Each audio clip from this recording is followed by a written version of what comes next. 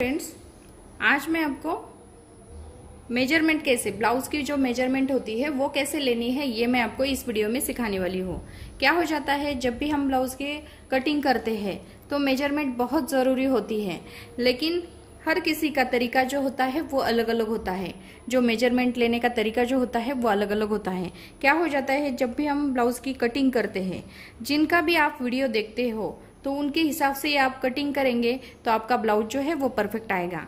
लेकिन किसी की कटिंग या किसी की स्टिचिंग आप देखोगे और फिर आपका वीडियो बनाओगे तो ये आपका वीडियो जो है वो ब्लाउज जो है वो गलत हो जाएगा। तो कभी भी आपको याद रखना है, जैसे भी आपकी कटिंग देखी है वैसे उसी के साथ आप स्टिचिंग भी कर लो तो आपका ब्लाउज जो है वो परफेक्ट आ जाएगा। अब देखिए, यहाँ पे हम जब भी ब्लाउज की कटिंग करते हैं तो मेजरमेंट लेना बहुत ज़रूरी होता है। तो कौन सी मेजरमेंट लेना चाहिए तो इस वीडियो में मैं आपको सिखाऊंगी कि ब्लाउज की कौन सी मेजरमेंट लेना चाहिए। अभी ब्लाउज की मेजरमेंट जो है बहुत सिंपल है। अब देखिए, ब्लाउज की लंबाई नापनी है, चेस्ट का नाप लेना है, कमर का नाप लेना है, लेकिन वो कैसे लेना है ये मैं आपको सिखाती हूँ। अब देखिए, जब भी आप मेजरमेंट लेते हो तब देखिए आगे के साइड में आपका कटोरी का पार्ट रहता है, तो इससे हम ब्लाउज को खींचेंगे तो ये जो लंबाई होती है वो ज़्यादा निकलती है। तो इसीलिए आपको ध्यान रखना है, कभी भी आपको फ्रंट साइड में ब्लाउज का नाप जो है वो नहीं लेना है, आपको सिर्फ बैक साइड में ही नाप लेना है। अब जब बैक साइड में नाप लेते हैं तो कैसे लेते हैं, तो इस तरीके से आपको ब्लाउज को अच्छे से रखना है। ब्लाउज को अच्छे से रखने के बाद यहाँ पे आपको इसकी लंबाई जो है, ये जो शोल्डर है हमारा, यहाँ से पूरी ब्लाउज की लंबाई जो है वो नापनी है।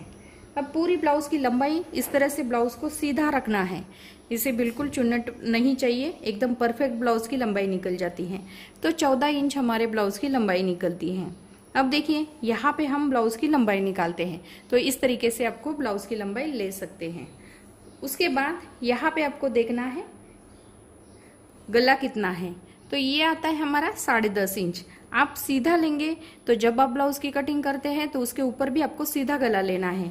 जब आप इस तरीके से गला को नापते हैं ये 11 इंच आता है। इस तरीके से आप गले को नापते हैं तो इसी तरीके से आपको जब ब्लाउज के ऊपर लेना है तो क्रॉस में ही गला नापना है। तो दो बैक साइड में आपको क्या करना है, दो ही नाप लेने हैं। जैसे बैक साइड में आपको लंबाई लेनी है और गले की लंबाई लेनी है। उसके बाद यहाँ पे हम चेस्ट का नाप लेते हैं। ये देखिए, अभी यहाँ पे हम चेस्ट का नाप लेंगे तो चेस्ट का नाप जो है इसे अच्छे से रखना है। और यहाँ पे आपको क्या करना है, बहुत सिंपल तरीके से मैं बताती हूँ। यहाँ पे जब हमारी हुक की साइड है उस साइड में आपको नाप लेना है, क्योंकि जो आई की साइड होती है ये हमारी एक्स्ट्रा पट्टी होती है, इसीलिए ये नाप जो है वो ज़्यादा निकलता है। लेकिन जो हुक की साइड होती है उस साइड से आपको चेस्ट का 1/4 लेना है। तो यहाँ से यहाँ तक आपको चेस्ट का नाप लेना है। ये देखिए, ये आता है हमारा 9.5 इंच। यहाँ से नापेंगे तो यहाँ तक ये आता है हमारा 9.5 इंच। तो 9.5 इंच हमारा चेस्ट का 1/4 आता है। अब देखिए, इस साइड ये पार्ट और ये पार्ट इसको मिलाएंगे तो ये चेस्ट का हाफ निकलता है, और ये बैक साइड इसमें ऐड करेंगे तो ये हमारा पूरा चेस्ट का नाप निकलता है। जब हम चेस्ट का 1/4 यहाँ पे निकालते हैं तो यहाँ पे हमें कमर का 1/4 लेना है। तो कमर का 1/4 आता है हमारा 8 इंच। ये देखिए, कमर का 1/4 आता है हमारा 8 इंच। तो इस तरीके से आपको चेस्ट का और कमर का नाप लेना है फ्रंट साइड में। उसके बाद यहाँ पे आपको गले का नाप लेना है। अभी गले की कटिंग कैसे करते हैं, हर एक का तरीका अलग अलग होता है। यहाँ से यहाँ तक पूरा गला नापते हैं, नहीं तो इस तरह से आप क्रॉस में भी नाप सकते हो। लेकिन जब हम कटिंग करते हैं तो यहाँ तक कटोरी जो होती है यहाँ तक नापते हैं। यहाँ तक नापने के बाद अब इसमें मिलाना पड़ता है, उसके बाद हम कटोरी जो है वो अलग कटिंग करते हैं। तो ये देखिए, यहाँ पे हम जो नाप निकालेंगे तो ये हमारा नाप जो है ये आता है हमारा 4.25 इंच। ये जो नाप आता है हमारा गले के ऊपर, यहाँ पे हमारा ये 4.25 इंच आता है। अब देखिए, यहाँ पे इस तरीके से आपको नापना है। यहाँ पे हमारी जो कटोरी जॉइंट होती है यहाँ तक नापना है। अब ये जो कटोरी का नाप होता है, जो कटोरी हम बढ़ाते हैं उस साइड में हमारा उस तरीके से निकलता है। अब देखिए, यहाँ पे इस तरीके से आप शोल्डर जो है, शोल्डर नापने के बाद इस तरीके से आपको ये कटोरी भी नापनी है। ये देखिए, यहाँ पे आपको कटोरी का नाप लेना है।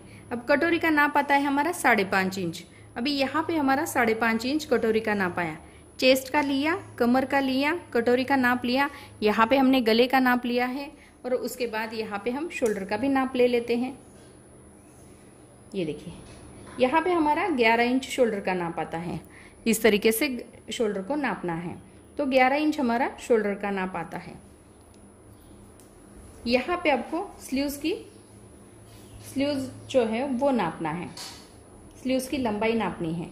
तो ये जो शोल्डर होते हैं, शोल्डर के बिल्कुल सामने यहाँ पे आपको स्लीव्स को नापना है। जो बाजू है हमारी यहाँ से नापना है ताकि आपकी स्लीव जो है वो परफेक्ट निकले। अभी ये आती है हमारी 5.25 इंच। बाजू को थोड़ा सा खींच के लेना है, जितनी हमारी लंबाई आती है वो एकदम परफेक्ट निकल जाती है। तो 5.25 इंच आती है। उसके बाद यहाँ पे आपको इसका बॉटम लेना है। ये बॉटम आता है हमारा 6.5 इंच। इसका बॉटम जो है वो आता है हमारा 6.5 इंच।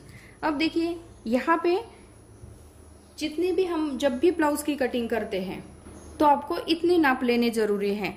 ब्लाउज की लंबाई नापनी है, उसके बाद फ्रंट और बैक साइड का गला लेना है, शोल्डर को नापना है, चेस्ट का 1/4 लेना है, कमर का 1/4 लेना है, कटोरी का ये जो नाप है वो लेना है।